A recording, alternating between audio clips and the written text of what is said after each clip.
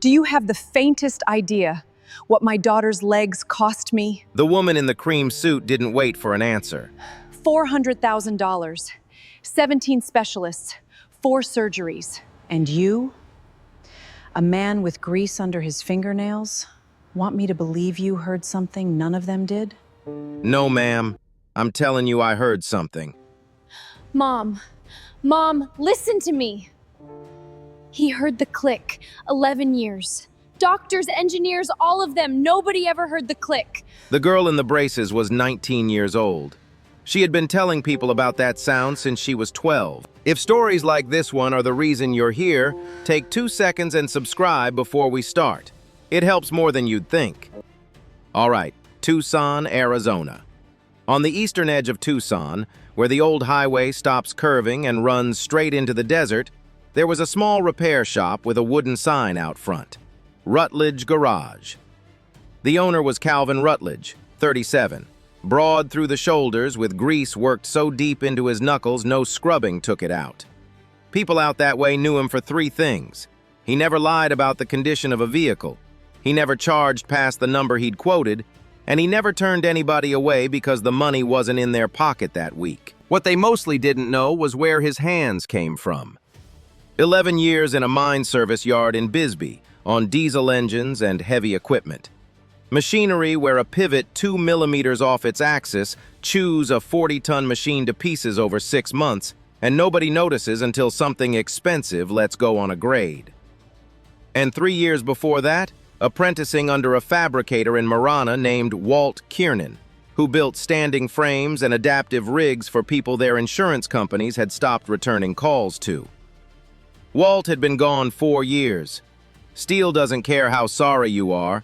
It only cares whether you put the pivot where the body actually bends. There was an old wooden chair in the corner of that shop with the backrest worn smooth. Nobody sat in it. Not customers, not friends, not Cal. And in the bottom drawer of the workbench there was a brown leather notebook, thick with pencil sketches of joints and hinges. It had been in that drawer 3 years. Odessa Rutledge raised her son alone in a rented house behind the shop. 30 years behind a grocery register, on legs that got worse every year, until degenerative disc disease took the walking away 1 inch at a time. In her last years, she wore braces, the best a poor woman's insurance would cover. Heavy, rigid foam liners that went flat inside a month. Cal remembered the sound of them, the screech of metal every time she pushed herself up out of a chair, and the small breath she took right after, lips pressed together so she wouldn't groan out loud because she didn't want her son to worry. One evening, he was on the kitchen floor replacing the padding on her right cuff. It always tore in the same place. "Mama, give me a year. I'll build you a set that doesn't fight you." He was still holding the torn padding when he said it, and he didn't look up. "Baby, I've watched you take apart every machine on this property and put it back better than it started." She ran her hand through his hair the way she had when he was small. "Take your time." So Cal drew. He bought used biomechanics textbooks out of a dollar bin and read them the way he read service manuals, slowly, twice. He took a discarded brace apart at Walt's shop and studied every joint until he understood not just how it moved, but why somebody had decided that movement was acceptable. That December, Odessa went into the hospital with pneumonia. 2 weeks later, she died in her sleep, her hand still resting in her son's. The braces in the notebook were never built. 3 years went by. Cal opened at 7, fixed cars, and lived. The chair stayed in the corner. The notebook stayed in the drawer. Until the last Thursday in April. Multiply. He was under the neighbor's pickup when he heard something come off the highway that didn't belong. A low, expensive engine note. He rolled out and stepped to the bay door. A black SUV was easing into the yard with steam coming out from under the hood. The first one down was a woman in her 50s. Ash blonde hair in a bun that hadn't moved in 4 hours of driving. A cream-colored suit with no creases in it. Cal didn't read the business pages. He recognized her anyway. Rosalind Hargrove. Copper mines across the southern half of the state, solar farms at the desert's edge. But Cal wasn't looking at her. Out of the back seat, a young woman was turning her body toward the door.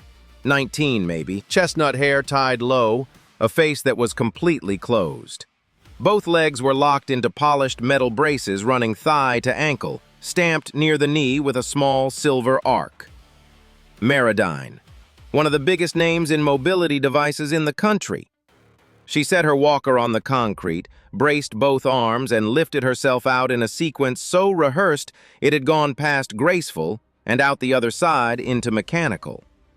Every part of it said the same thing. Don't help me. Don't look at me. Cal knew that look. His mother wore it the last 10 years of her life. We overheated 20 miles back, Rosalind said. The driver says this is the closest garage. We're on a schedule. Then let's get you off it, Cal said, reaching for the hood latch. Y'all wait under the awning. The radiator wasn't complicated. Split hose, low reservoir. He cut new hose, refilled the coolant, and told the driver 40 minutes. Rosalind was into her phone inside 10 seconds. Quarterly output, solar contracts. The girl sat alone at the end of the bench, both legs pushed out in front of her like planks, because the braces gave her no other option. Cal poured ice water from the thermos and set the cup beside her. Nothing fancy, but it's cold. Thanks. She didn't look up. He was 10 feet back toward the truck when he heard it. She'd shifted her weight to reach the cup. Underneath the scrape of the walker and the hiss of the compressor, a small, dry click. Right knee. Once. Cal stopped where he was. He had heard that sound in this building for 10 years, coming off his mother's legs. He came back over and asked about it the way you'd ask about a machine, not the way people ask about a disability. That right hinge, how long has it been making that noise? For the first time, the girl looked up at him. In 11 years, she'd gotten used to two kinds of people. The ones who looked and then looked away fast, and the ones who looked at her with so much pity she could feel it landing on her skin. Nobody had ever asked her a technical question. How would you know? I heard it, Cal said. Every step, right side only. Then he drew a line and he stayed behind it. And I'm not going to be one more person telling you what's wrong with you. I don't know what that sound is. He sat down on the edge of the step, an arm's length away, and left the distance there. Could be a worn bushing. Could be a loose fastener. Could be the pivot sitting somewhere your knee isn't. Those are 3 different problems, and I can't tell you which one from here. What I can tell you is that metal doesn't make that noise for no reason. That's a red flag. It's not an answer. She was quiet a moment. Half an hour, she said. That's how long before my left calf goes numb, sometimes less. It wasn't an answer to anything he'd asked. It was the thing she'd been carrying, and it came out sideways. I've told them. All of them. For 11 years. They said their equipment tested clean. One of them told my mother I was hypersensitive. He wrote it down. Then she said the thing that explained everything, flat, like somebody reading off a diagnosis she'd already made peace with. The neurologists measure nerve damage. The engineers measure the device against the drawing. My therapist measures how far I get before I stop. Not one of them owns the 6 inches where the metal actually touches me. Adeline. Rosalind Hargrove's voice came across the yard like something dropped on concrete. Is the vehicle ready?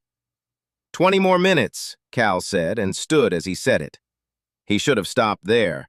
Everything he owned was inside that building. Ma'am, I'm not a doctor, and I won't stand here and act like one. He wiped his hands on the rag. But I've spent 20 years around pivot points, and something on that right leg is running out of line. I don't know what. I know it shouldn't sound like that. And that was when Rosalind Hargrove looked him up and down, the stained shirt, the boots, the hands, and asked whether he had the faintest idea what her daughter's legs had cost. The numbers came out of her the way they always did, and at the end of them, a name. Dr. Preston Aldrich of Meradyne Mobility Systems. And you want me to believe you heard something none of them did. I'm telling you what I heard. That's all I'm telling you. Mom! The girl's voice cut across both of them. He heard the click. Nobody's ever heard the click. The handbag was already on her shoulder. Thank you for your time. Send the invoice to my driver. She turned to her daughter and her voice softened without giving an inch. We're leaving. You have therapy at 3. The SUV pulled out and left a red plume hanging over the highway. That night, for the first time in 3 years, Cal opened the bottom drawer. 40 miles away, Rosalind Hargrove sat in her study past midnight with a production report open in front of her that she had not read a line of. He heard the click.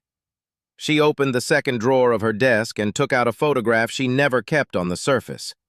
An 8-year-old girl running down a desert trail at sunset, arms flung wide. 11 years ago. Back when Adeline was the fastest thing on the county youth track team.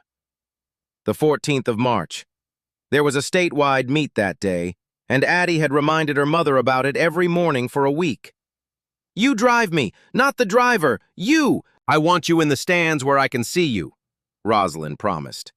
Then the Bisbee acquisition came down to one negotiating window on one morning, and she chose the conference room. She sent the driver instead. I'm sorry, sweetheart, I'll be there before your heat. The car never reached the stadium. A truck driver fell asleep at the intersection on Highway 83.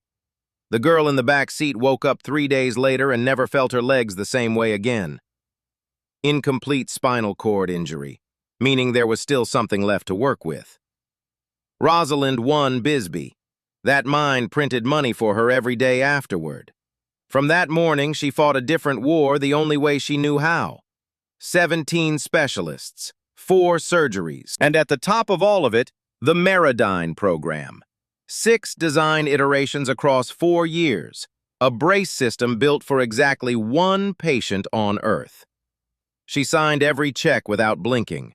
Money was the only language she had ever been fluent in. At 20 past midnight, she called Scottsdale. Dr. Preston Aldrich set down a glass of wine. 56, silver hair, 30 years in front of cameras sanded into his voice. Rosalind, it's late. Is Adeline all right? She told him what the mechanic had said. And here is what made Preston Aldrich dangerous rather than merely dishonest. He was not lying. That hinge went through our full durability protocol. Twice. Every criterion we set it cleared. I'd put my name on that, and I have. He laughed, and there was no malice in it. And let me put this carefully. Pain in an incomplete spinal injury can come from several places at once.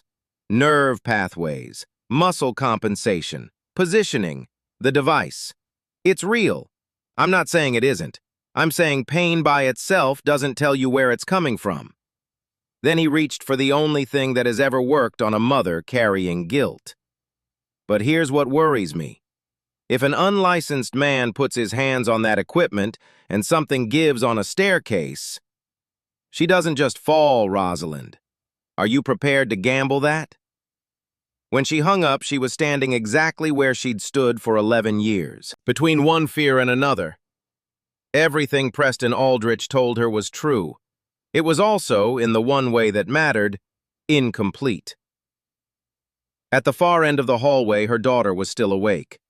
Addie sat on the edge of the bed with a pair of white running shoes in her lap. Child-sized, still stiff, still new. The gift her mother bought her 1 week before the race that never happened.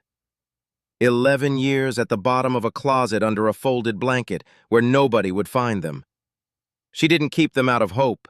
She kept them as proof that the girl who could outrun every kid in the county had actually existed. She opened the map on her phone and looked at a red pin on a stretch of old highway east of the city. At 9 the next morning, a taxi pulled up out front. Adeline Hargrove was getting out on her own, walker first, working across the gravel under a sun that was already brutal. No mother, no driver. My mother's in Phoenix until 7. She said it instead of hello, braced in advance for him to say no. I'm 19, and my legs are the only thing left in my life that still belongs to me. Cal stood there longer than was polite. Common sense had plenty to say. Put her in a cab. Touching a billionaire's daughter's medical equipment with no license and no insurance ends with a man losing the only building his mother left him. Then he looked at how she was standing, alone, in a stranger's yard, on legs that hurt with every step she'd taken to get there. Odessa had only ever needed the same thing, one person who believed her. "Come on inside. Sun turns mean out here around 10. He pulled a plastic chair over for her, not the wooden one in the corner. He went down on one knee, level with the braces, and asked before he touched anything. "I need to put hands on these, on the braces, not on you. Is that all right?" Addie went completely still. In 11 years, hundreds of hands had been on her legs. They'd pressed and measured and photographed and discussed her in the third person while she sat in the room. Not one of them had ever asked. "It's all right," she said, and her throat closed on it. What followed took 2 hours and looked nothing like medicine. First, he took the right brace off and worked the knee joint by hand on the bench, slow and then fast, 30 or 40 times. It didn't click. Not once. So he strapped it back on and had her walk the length of the bay. Third step. There it was. All right, that tells me something. If it were a worn bushing, it'd click on the bench, too. It only does it under your body weight. That means it's not the part. It's where the part is sitting. Then he went looking for proof. He shot slow-motion video of her walking, 3 angles. He taped strips of blue transfer film inside both cuffs and had her walk again so the pressure would print itself onto something he could actually look at. He read the marks on her skin the way he'd read a wear pattern on a bearing race. 2 red stripes along the inside of each shin, a pale band where the strap sat. And last, a plumb line and a protractor to find where her knee actually pivoted. He held the brace up beside the mark. Then he held up 2 fingers, slightly offset, and folded them past each other. Your knee bends on one line. This hinge bends on another one, sitting high and set back. 2 arcs, fighting each other, every step you take. So the cuff slides. The strap saws the same inch of bone, and your hip hikes up to cover for it, which is why it hurts up there too. That's your knee. That's your hip.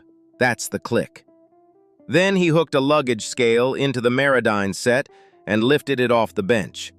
He looked at the needle and didn't say the number. "How much do you figure you've been carrying?" Addie opened her mouth and found she had no idea at all. 11 years, 6 design iterations, and not one person had ever told her what her own legs weighed. Cal wrote it down in a notebook she couldn't see and said nothing. "You're the first person who's ever treated what I say as data. Everybody else treats it as a symptom." Cal opened the bottom drawer and set the leather notebook down in front of her. Self-aligning knee joints, load diagrams, cuff geometry drawn 12 different ways, notes crammed in the margins in handwriting that was clumsy and obsessively neat at once. "I drew these for my mother." He turned another page. Her legs went out on her the last few years. The braces her insurance covered hurt her in the same places a $400,000 set is hurting you. He stopped at the final drawing, fully dimensioned, a date penciled small in the corner. "Pain doesn't check your bank balance first." Addie looked at the date. 3 years ago, then at the empty pages after it. Then past him, at the wooden chair standing by itself in the corner with nothing near it. And she understood, and neither of them said a word about it. "Before you say yes, 3 things." He wiped his hands, taking his time because he wanted her listening. 1. I can't touch your paralysis. Nobody can. What I can change is where the load goes and where the metal sits. That's all this is. 2. Whatever I build is a prototype, not treatment. Before you wear it more than an hour a day, somebody licensed looks at it. That one isn't negotiable. And if you fight me on it, we're done. 3. I don't touch the Meridyne set. Not a screw. I build new. Why does that one matter? Because you came here in a taxi. I'm not sending you home in less than you arrived with. How much? Not a dime. I've got no license. I can't legally sell you anything, and I wouldn't. He didn't say who he owed, and he didn't look at the corner of the shop. Addie sat up straighter. For the first time in a long time, a decision was being made about her body, and the person making it was her. Then start today. Every morning, while her mother believed she was at the rehab center, Addie came to the shop for 2 hours. She wasn't lying exactly. She still went. She cut the sessions short and paid the extra 40 miles out of her own allowance in cash. Cal started with geometry. He traced the contour of her calves with a profile gauge and transferred the shapes to aluminum.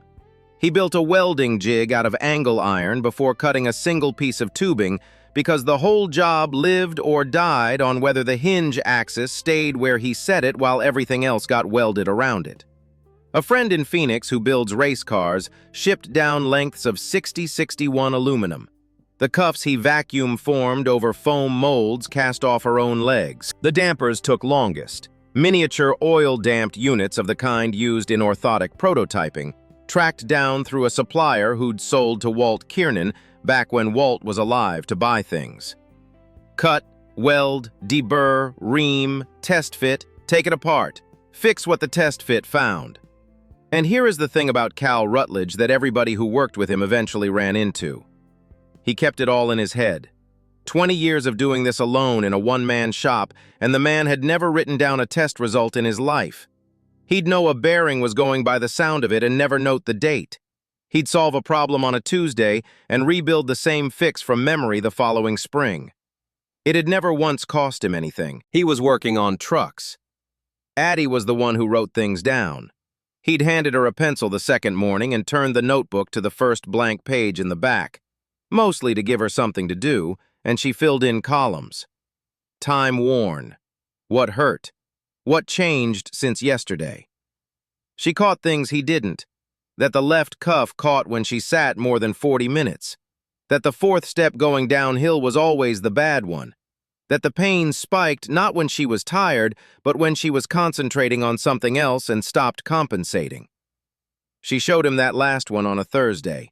He read it, said, "Huh," and went back to filing. He did not write it down anywhere. And he did not go back and ask what her body was doing on that fourth step.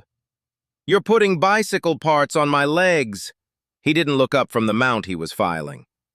"I'm putting parts on your legs that work.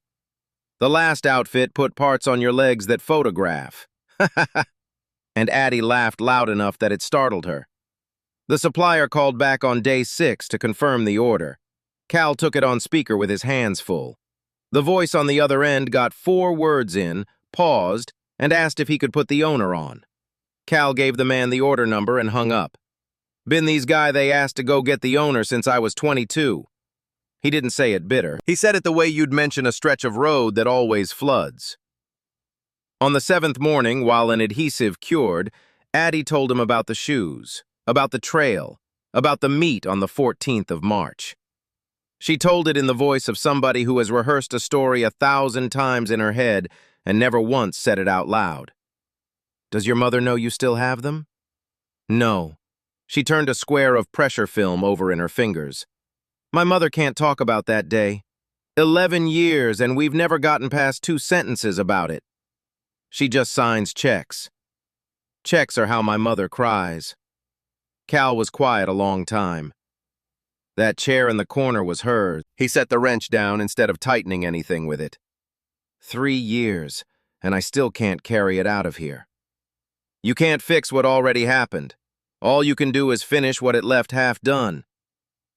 On the 11th morning, the complete assembly came off the bench. Bare aluminum, slim and unlovely.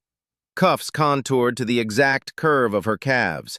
No logo, no polish, file marks visible along every edge. It was uglier than the Meridyne set by an enormous margin. Cal fitted it strap by strap, checking each one twice. The instant the last buckle closed, Addie felt it. Light.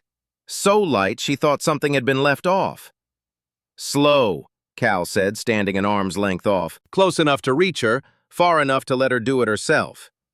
"Hands on the walker. Let your legs figure out they're not fighting anything."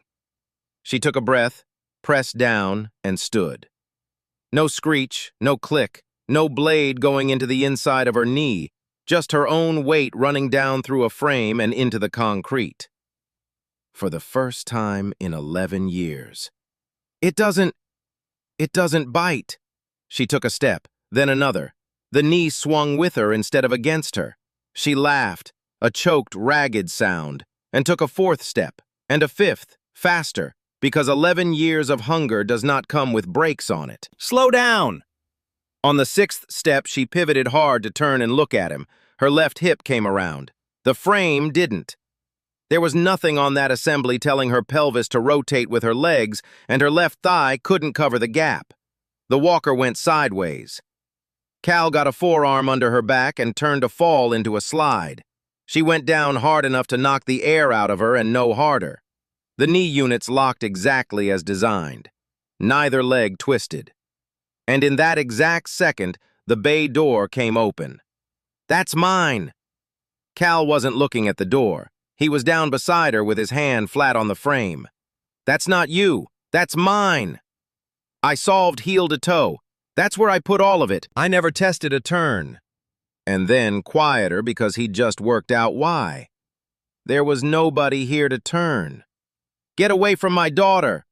Rosalind Hargrove's voice was not loud. It was worse than loud. And it has to be said plainly what she was looking at. Her daughter on an oil-stained floor. A stranger's arm underneath her. Both legs locked into a homemade frame she'd never seen.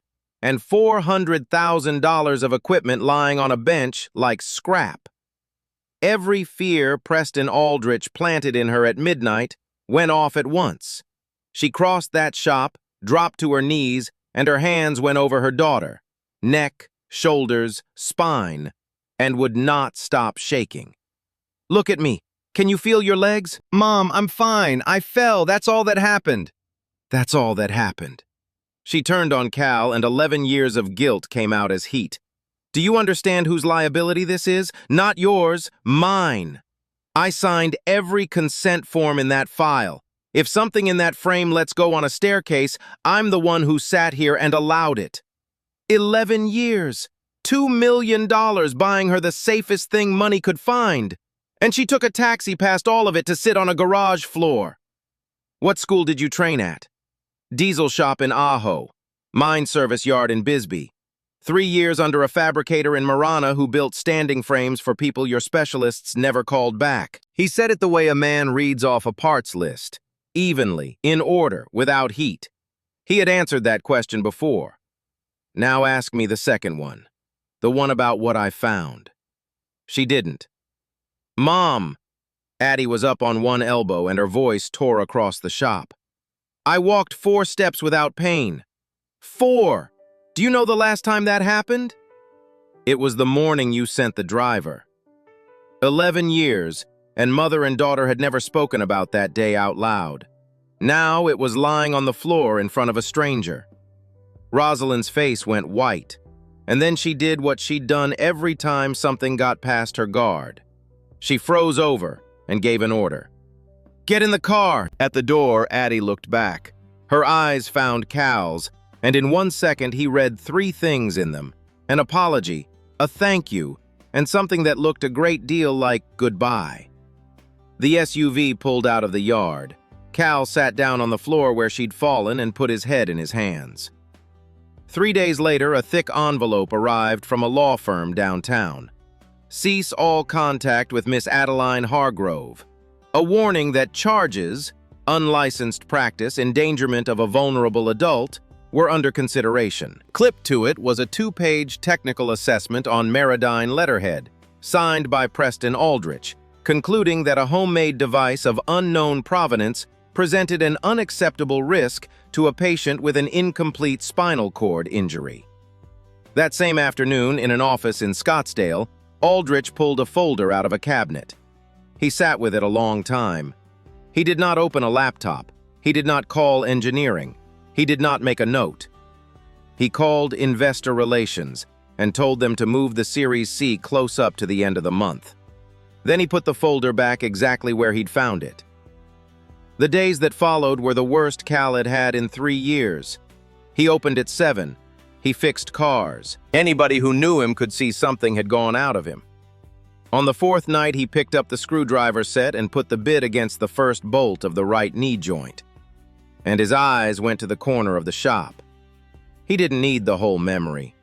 He'd had it once already at 20, at that same bench, with a crumpled drawing on the floor. Don't you ever let a stranger do that math for you, Calvin. Cal's hand stopped on the bolt. Then he turned it the other way, in the tightening direction. He worked late every night that week. Not for a next fitting. There was very likely never going to be one. He built a hip stabilization link, a jointed strut from the thigh uprights up to a pelvic band, with a threshold lock that stayed loose through normal walking and caught hard the instant rotation came in faster than it should. And then he did the thing he had never done in 20 years. He tested it.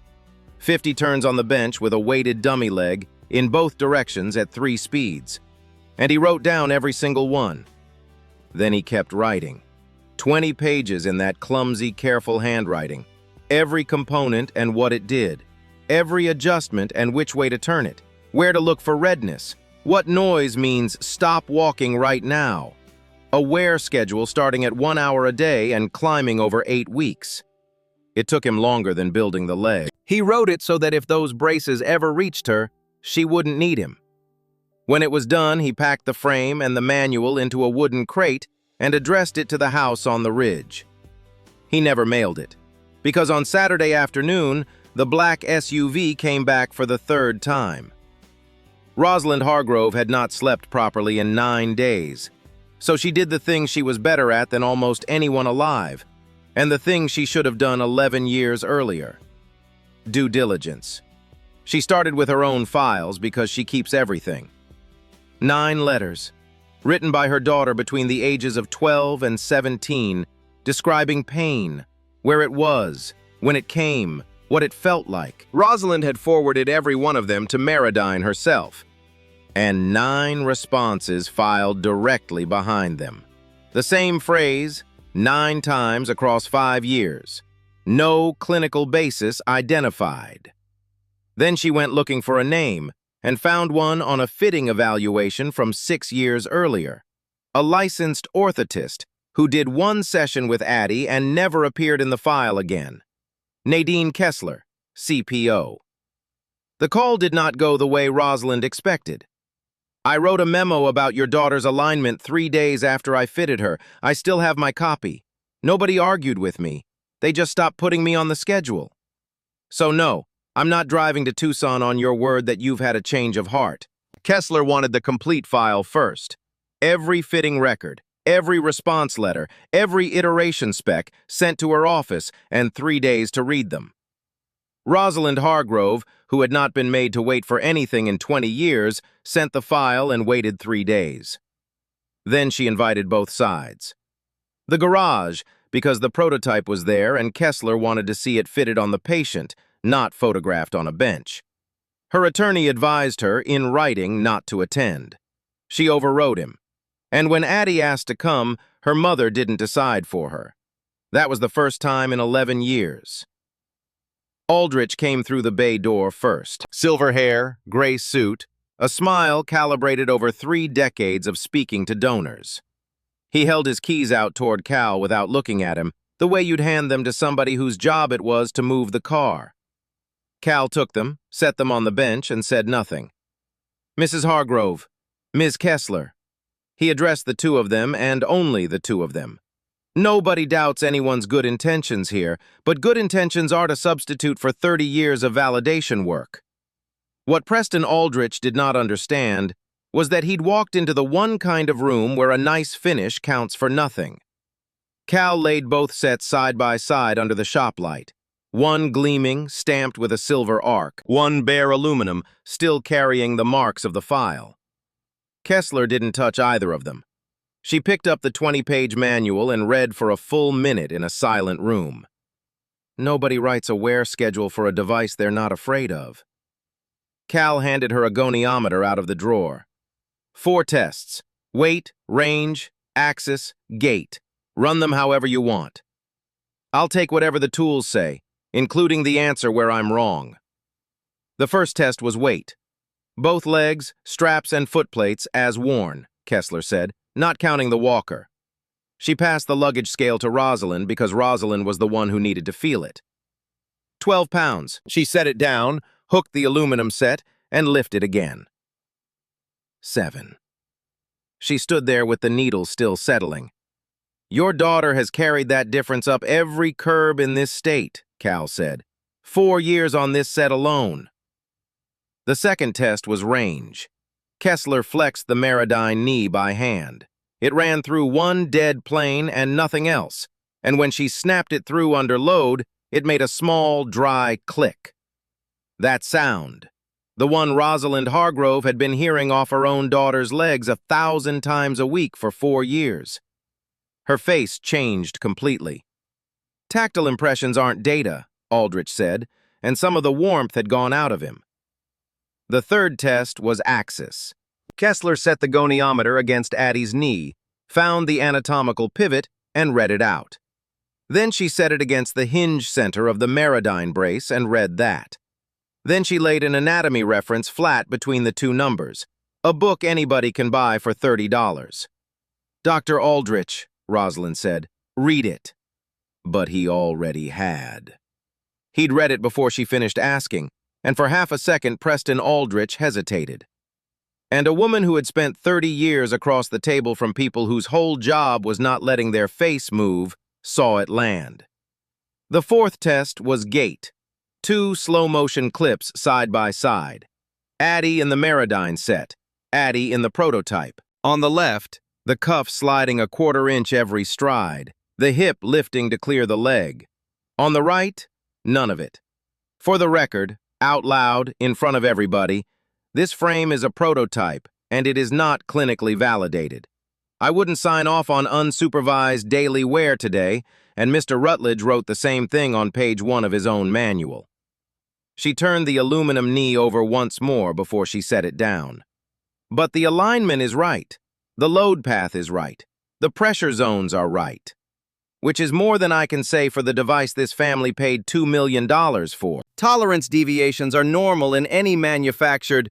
Adeline has complained about her right knee since she was 12. Rosalind's voice didn't rise. It went lower with every sentence. She opened her case and laid the letters on the bench, one at a time, face up. 9 letters. In her handwriting. I forwarded every one to your office myself. She laid the responses down in a second row underneath. 9 replies. No clinical basis identified. 9 times, somebody had told her exactly what was wrong, in her own words, on paper. And 9 times, nobody heard that either. Kessler set her memo on top of the stack. 6 years old, 1 page. And Rosalind laid down the last thing, a published spec sheet. Meradyne's next-generation system, current catalog, publicly available. Hinge center relocated 11 millimeters. I'm not asking whether you were wrong, Preston. Machines are wrong all the time. I run mines. She squared the page against the edge of the bench with 2 fingers. I'm asking what you knew when you moved that hinge, and why the people already wearing the old one weren't told. Do you understand what a recall means? Every unit in the field comes back. People who are walking today stop walking for 4 months while we retrofit them one at a time. He straightened his cuff. It was a very small movement, and everyone in that shop saw it. And yes, there were other letters. There are always other letters. The revision fixed it going forward. That's how the entire industry works, and you've never objected before today. Nobody in that shop said anything for a moment. He had not been asked about other letters. Cal said one thing, and he didn't raise his voice. Doctor, the whole job is people walking without pain. It was never anything else. Put them on me. Addie's voice came from near the door. She'd been standing there the whole time, and nobody had looked at her once. Right now, in front of everybody. If it hurts, I take them off myself and hand them back, and none of us ever talks about this again. She looked at her mother, and for the first time in 11 years, she didn't look away. But if it doesn't hurt, you have to watch. You still owe me one time of watching. Rosalind looked at her daughter. 11 years and $2 million collapsed into the one question she'd been running from since the 14th of March. She nodded. She couldn't manage anything else. Cal went down on one knee and took the Meridyne braces off for the last time. He fitted the new set strap by strap and checked the hip link twice. There's a rotation lock in there now. You pivot too hard, it catches you before your hip does. 50 turns on the bench. It's in the book. He tightened the pelvic band a quarter turn. Still, slow. Addie put her hands on the walker, breathed in, and stood. The first step, the second, the third. No screech, no click, just the sound of a shoe sole meeting a floor. On the fifth step, she took one hand off the walker, and then she took the other one off. Nobody counted after that. She stopped in the middle of the shop, standing on her own two legs with nothing holding her, and turned to face her mother. "It doesn't hurt, Mom. It really doesn't hurt." Rosalind Hargrove, who had not cried in front of another human being since she was 19, came apart in the middle of a machine shop. "I should have driven you myself that morning. I've known it every day since, and I've never once said it to you. And every single time you told me it hurt. I picked up a phone and called a specialist. Not once did I just believe you." "I know, Mom." Addie held her mother upright, still standing steady on her own legs. "I know." Nobody noticed Preston Aldrich walk out to his car. Cal stood back by the bench with one hand on the edge of it. He didn't cry. He turned toward the wooden chair in the corner and gave it one small nod. The cease and desist didn't disappear. It got held in abeyance, which is lawyer for we'll decide later. What followed took 4 months. Kessler ran a full clinical assessment, fitting evaluation, gait lab in Phoenix, skin checks at 2 weeks and 6. An independent test lab put the frame through static load to failure, cyclic durability at the knee, and hinge endurance at twice the cycle count Meridyne published for their own unit. It passed all 3. Only then did the firm downtown draw up a research device agreement and a written scope, and only then did the legal threat go away. Rosalind turned the complaint correspondence over to her own attorneys, then to a regulator, and declined every interview request that followed. Somewhere in the middle of the paperwork, Addie asked Kessler what it took to get certified as an orthotist. Kessler answered in 2 sentences. Addie wrote it down.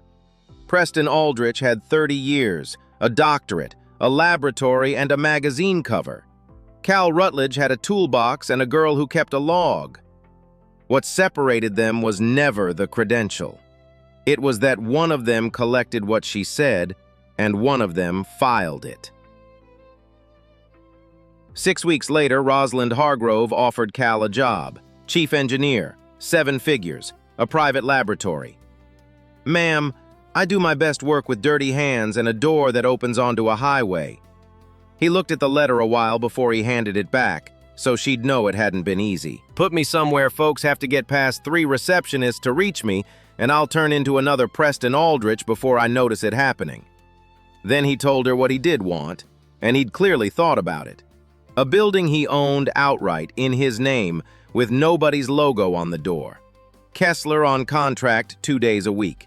And a standing fund for patients who couldn't pay, administered by somebody who wasn't him. Rosalind Hargrove, who had only ever known how to give with a checkbook, wrote a check. But this time she signed the building over and kept her name off everything else. 3 months later, a new shop went up on the lot beside the old one. Cal cut and lettered the sign himself. Rutledge Mobility. We fit the machine to the person. And one rule posted by the door: everybody gets seen. They came from all over Arizona, and then from the states next to it. Veterans with prosthetics fitted in a hurry and never revisited. Miners who lost part of a body to machinery and the rest of it to an insurance company. Kids in cheap braces that left welts in the same 2 places every time. Cal took every one of them the same way. Down on one knee, level with the equipment, asking before he touched anything, and writing down what they told him. Addie came in 3 days a week. at first for adjustments. Then she stayed, because no amount of encouragement from an able-bodied adult carries a tenth of the weight of a girl in braces walking through the door on her own. One afternoon in the fall, she laid an envelope on the bench. Doctor of Physical Therapy, University of Arizona. You fix the machine. Somebody has to be the one who knows it from the inside. And then in November, she asked Cal and her mother to drive her out to the old trail at the edge of the Sonoran, the route the county youth team used to run. She sat in the back with a worn cardboard box in her lap and didn't open it until they got there. Inside was a pair of white running shoes, child-sized, 11 years old, never once on a track. Rosalind put a hand over her mouth. She'd picked them out herself, 1 week before the day that changed everything. Addie didn't put them on. She asked her mother to help her set them down at the edge of the trail. Neat, straight, toes pointed west. Then she stood up on a set of bare aluminum braces that still carried the marks of a file, left the walker against the truck, and put one hand very lightly on her mother's arm. And the two of them walked down the trail together. Cal stayed back by the truck. In his breast pocket was the brown leather notebook. That night he'd open it to the last page and write today's date under one from 3 years ago. In the margin beside it, running down the edge of the page, there was already a column of numbers in somebody else's handwriting.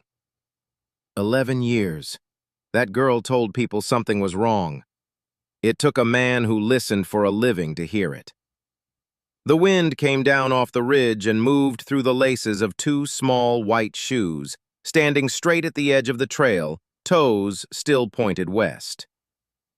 If somebody in your life keeps telling you something hurts, and everybody around them keeps telling them it doesn't, send them this one.